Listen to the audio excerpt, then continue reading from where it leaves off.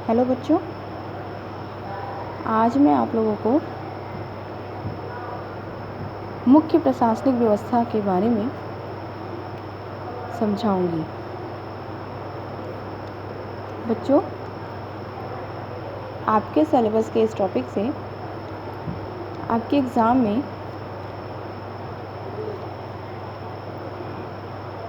प्राचीन भारत में प्रशासन तंत्र इस प्रकार से भी क्वेश्चन बन सकते हैं। तो चलिए बच्चों, आज के अपने इस इम्पोर्टेंट टॉपिक को विस्तार से समझते हैं।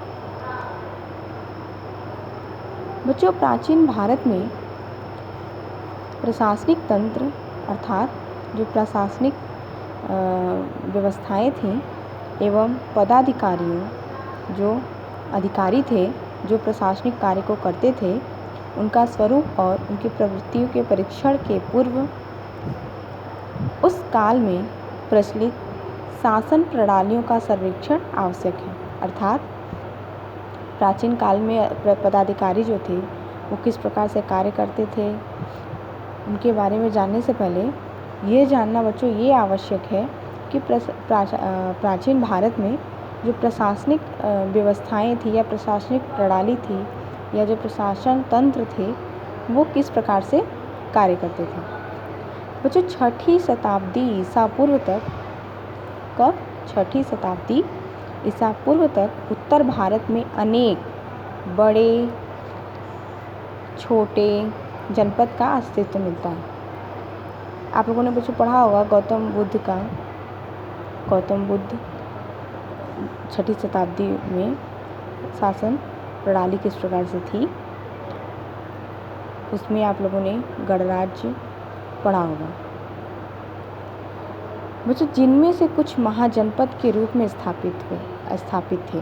अर्थात 6ठी शताब्दी ईसा पूर्व में उत्तर भारत में अनेक जो थे छोटे बड़े जनपद थे वो दिखाई देते हैं और उनमें से जो जनपद थे वो महाजनपद के रूप में स्थापित थे। महाजनपदों में अधिकांश में राजतंत्री अथवा राजतंत्री जो राजा के द्वारा चलाए जाते हैं, उसी को बच्चों हम लोग नृपतंत्री भी कहते हैं। प्रणाली प्रचलन था और कुछ गणों के महासंघों के रूप में भी ज्ञात थे। आप लोगों ने पढ़ा होगा कि प्रशासनिक जो शासन प्रणाली थी उसके अंतर पढ़ा होगा कि 2 प्रकार की शासन प्रणाली थी, एक तो राजतंत्री थी और दूसरा गणतंत्री। बच्चों, उदाहरण के रूप में वज्जी और मल्ल गणों के संग प्रतीत होते हैं, जबकि कौशल मगध जैसे महाजनपद की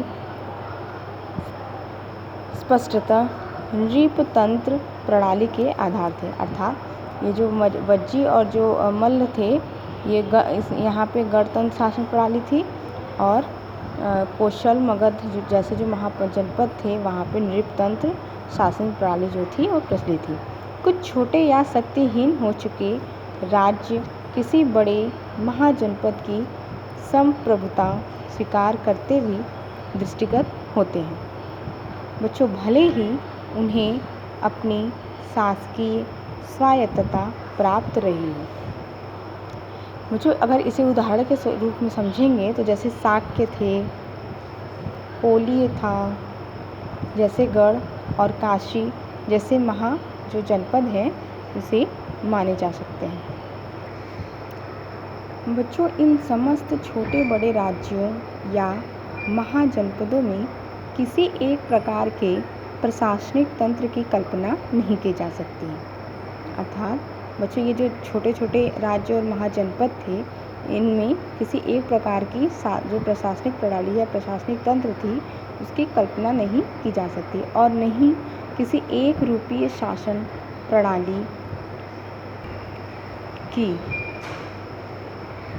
परंतु यह आवश्यक है कि 6ठी शताब्दी ईसा पूर्व तक राज्य शासन रूप अपना ले चुका था। अर्थात बच्चों, जब 6ठी शताब्दी ईसा पूर्व का समय आया, तब जो राज्य थे उन्होंने अपना जो शासन प्रशासनिक व्यवस्था थी उसका अपना स्वयं का स्वरूप ले लिया था, और अब वह किसी जन या गढ़ समिति और आत्म केंद्रीय व्यवस्था के रूप में नहीं रह गया था। बच्चों, वैदिक ग्रंथों में ही राज्य और राजा के लिए भिन्न भिन्न प्रकार के संबोधन और विशेषण प्रयुक्त दिखाई देते हैं, और राज्यों के लिए भोज्य राज्य, वैराज्य, द्वैराज्य, राजाओं के लिए राजा, अधिराट, सम्राट, स्वराज, विराट पुरुष, मेध, सर्वराट आदि शब्द आते हैं। अर्थात बच्चों, वैदिक जो हम अगर ग्रंथ को देखें तो उसमें राजा और राज्य के लिए भिन्न भिन्न प्रकार से नामों से पुकारा गया है, जिनमें राज्य को क्या क्या कहा गया है। भोज्य राज कहा गया है, वैराज्य कहा गया है, द्वैराज्य कहा गया है, और राजाओं के लिए जैसे राजा और अधिराट, सम्राट, स्वराट, विराट पुरुष, मेध, स्वराट आदि जो है शब्दों से संबोधित किया है। बच्चों, सामान्यतः ये सभी जो शब्द हैं वो नृपतंत्रीय व्यवस्था के विकास के सूचक हैं, परंतु बच्चों कतिपय राज्यों में कुलीन, तंत्रीय और द्विराज्यीय प्रणाली के अस्तित्व के भी संकेत मिलते हैं। अर्थात जो कुछ राज्य थे उसमें कुलीन, तंत्रीय मतलब एक ही कुल का शासन होता था, अभिजातीय और द्विराज्यीय प्रणाली के अस्तित्व भी दिखाई देते हैं। मुझे निसंदेह वैदिक कालीन जो जन आधारी अथवा जन विशेष विषय पर निर्भर राज्य व्यवस्था का लोप हो चला था। मुझे उत्पादन की नई प्रणालियाँ और उसके संबंधों में नए स्वरूप के साथ विकसित हो रही सामाजिक जटिलताओं के नियंत्रण के लिए राज्य व्यवस्था क्रमशः एक अधिक शक्तिशाली संस्था के रूप में स्थापित हो रही थी। बच्चों, विस्तृत हो रहे राज्य क्षेत्र में केंद्रीय सत्ता और शासन की भूमिका नए प्रकार के प्रशासनिक तंत्र को प्रेरित कर रही थी। मुझे जो शासक अपने संकुचित जन आधार से आगे निकलकर बृहत्तर अर्थात विस्तृत क्षेत्र का स्वामी बनने की शक्ति रखता था, उसके साथ उसकी जो प्रजा गढ़ के संबंध का भी नया रूप निर्मित हो रहा था। मुझे इस दृष्टि से 6ठी शताब्दी ईसा पूर्व और इसके बाद के काल में स्थापित हो रही शासन प्रणालियों और उसके प्रशासनिक तंत्र को विवेचित करना कारण अपेक्षित होगा। इसी रूप में बच्चों जो राजतंत्रीय शासन प्रणाली थी, बच्चों इसमें प्राचीन भारतीय शासन व्यवस्था में एक राजा अर्थात नृपतंत्र के उदाहरण अधिक देखने को मिलते हैं, किंतु इसका आरंभ कब से माना जाए और प्राचीन साहित्य में नृपतंत्र की उत्पत्ति के अलग अलग अवधारणाएं सामने आती हैं।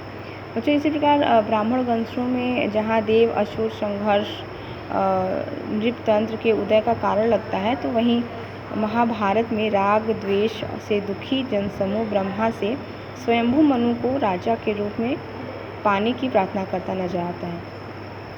बच्चों, अगर हम इसे समझें कि महाभारत में जो कहा गया है कि राग द्वेष से दुखी जो जनसमूह था, जो प्रजा थी, वो क्या ब्रह्मा के पास गई और उन्होंने अपने लिए राजा की मांग की, जिसमें उन्होंने कहा कि जो मनु है वो उन्हें राजा के रूप में दिए जाएं। इसी प्रकार बच्चों, कौटिल्य ने भी महाभारत के सिद्धांत को थोड़ा परिवर्तन के साथ मत्स्य न्याय का उदाहरण देते हुए वैवस्वत